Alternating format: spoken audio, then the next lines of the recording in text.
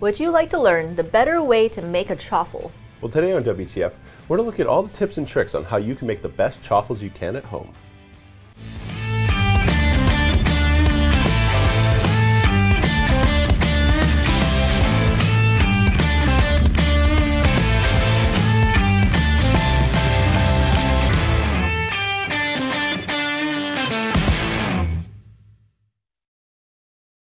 Hello and welcome to WTF, where we transform food here in the Modernist Pantry Test Kitchen. I'm Chef Scott and Janie. And I'm Janie Wang, one of the owners of Modernist Pantry. Here on WTF, every week we talk about unique ingredients and techniques and show you how to do these recipes in your own kitchen. So remember, subscribe, ring the bell, and you'll get notified of our episodes when they come out. And this week we are going to be talking all about chaffles, which have taken the keto world by storm. So we thought it would be really interesting to do our own take on it. And I think before we get started diving into the recipe and what we did to make it Modernist Pantry's version, let's talk about what exactly is a chaffle. So a chaffle is a great way to make a waffle keto. And the best way that was found to do it is with eggs and cheese, and that's where the ch in chaffle comes from. Yeah, and what exactly, for people who haven't been following the keto diet, what exactly makes a recipe keto? So keto contains very low to no carbs.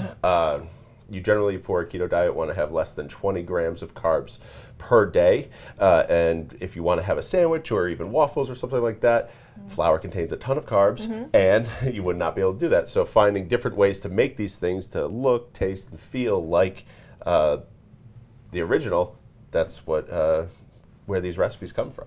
Yeah, and we started kind of with our base recipe from our friend Steve over at Serious Keto, who does a lot of work, a lot of great videos. If you don't already follow him, please do so. He's awesome.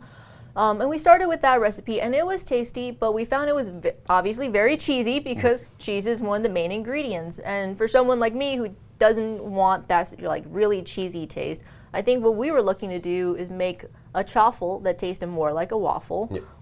And what challenges, when you started working on that, what challenges do you feel like you really ran into? So the chaffles that we had were really good, pretty much right out of the iron there, and after a little bit of time, the proteins in them from the cheese and the eggs kind of tighten up, and they're not as good an hour later. So making a bunch ahead of time is not really feasible. And with these, we're able to get them so they're a little, they hold on to the moisture a little bit better, and then you can hold them for a little bit longer of a time. I've eaten them around 5 hours later, and they're still pretty good. You can you can definitely reheat them right in the waffle iron, and that helps bring them kind of back to life. But yeah, the original ones just kind of like tighten up because of all the protein that's in them. Also, if we wanted to have these as waffles, cheese is not a big flavor that you would find in a waffle. So trying to cover up that cheese, while the cheese creates a good structure and a good crisp on the outside, it's not a main flavor. So we wanted to find different ways to kind of cover that up. And just generally make them a little bit more tender and usable, because people do take these chaffles and make sandwiches and use them as just general bread items. So we wanted to make like a really good, just kind of baseline, almost like a white bread of chaffles. Yeah. And because we haven't done a lot of work in the keto world yet, but we have done a fair amount in, gluten-free baking. And I know you took some of that principles into this application. Can you walk us through what you did with the chaffle to kind of make it more of that, what do you call it, the white bread of chaffle? Yeah, and I think that that's meant in like the most, complimentary way is when we're saying that. It's like just make it versatile, right? So one thing with gluten-free and then with keto is trying to get that structure back. While the cheese and eggs do a great job, a little bit of gluten replacement, I'm-free perfect gluten replacement, helps kind of bring it all together and give it that chew, that tear, that bite when you're eating it. Also, we want a little bit of crisp on the outside. I mean, these do go into an iron, so you want to have a little bit, of a texture on the outside. EverCrisp is the ingredient that we found for that, and something to cover up all of that cheese and egg flavor. And these are optional ingredients. So we went with vanilla bean. We didn't want to use vanilla extract because of the alcohol in it, while it would normally be burnt off by doing the cooking process. We didn't want to put that in there, so we just went with straight vanilla bean. If you don't want vanilla in your chaffle, you don't have to put it. You can put whatever flavors you want. We also went with xylitol. Now xylitol is a keto-friendly ingredient. People use it a lot for keto. It does contain carbs, but they're usually negligible for whatever we're making. If you don't want to use that, you don't have to. And then EverCrisp, like we talked about, right, for that texture on the outside, is made with wheat, and some people do not like any wheat anywhere near it, even though this is basically just the fiber from wheat. If you don't want to use it, you don't have to use it, but it will kind of hinder the crispiness of the outside. So all those things that you can do in gluten-free baking, you can do in keto, and we think we made a pretty good chaffle. Awesome. Well, let's see the demo. I can't wait to taste it. And it's pretty amazing, and I'm going to talk about one more ingredient was kind of like the key that really brought this all together, but when we get to it, I'll talk about it. So we have shredded mozzarella here. You can shred your own, you can use bagged mozzarella. There's no difference we found, right? So we're just going to go with that. And do you want whole milk or low skim milk? I've used whole, I've used low fat, and I haven't really found much of a difference between any of them, especially with the other ingredient that we're about to add in just a second. Originally with our friend at Serious Keto, he would pulse this 5 times. I found that I don't necessarily need to do that, especially with the other ingredients I'm using. I can just do 10 seconds of blending on this. Sounds good. The next ingredient is going to be eggs. So I'm just putting in whole eggs there. I would recommend keeping the yolks just because the extra fattiness from the yolks really helps it. This ingredient is something very, very special. So this is sodium caseinate. And sodium caseinate is the same protein that is in this cheese, but you don't get the salt. There is about 1 gram of carbs per 100 grams of the sodium caseinate, so an extremely small amount. This is only about 27 grams, so 0.27 for the entire recipe. Completely negligible in one chaffle. So it's a really great thing to get more structure out of your pretty much the cheese without having to add all that, the acidity that comes with cheese and the saltiness that comes with cheese. Yeah, and how much of the original total cheese amount did you replace with the sodium caseinate? So for our recipe here, we do 3 parts cheese, 1 part sodium caseinate. So if you're using the original recipe made by our friend Steve, then you can just replace, 1/4 of that recipe with this. But we up the scale just a little bit more so we can get more than 2 waffles out of it. Great. Then we have some almond flour, great for texture. It also helps bind it a little bit. We have our EverCrisp. Now I'm not going to add any salt to this recipe because there's plenty in the cheese already. I found that whenever I tried to add some salt, it just did not work out. Then we're going to use, that's our I'm Free Perfect Gluten Replacement.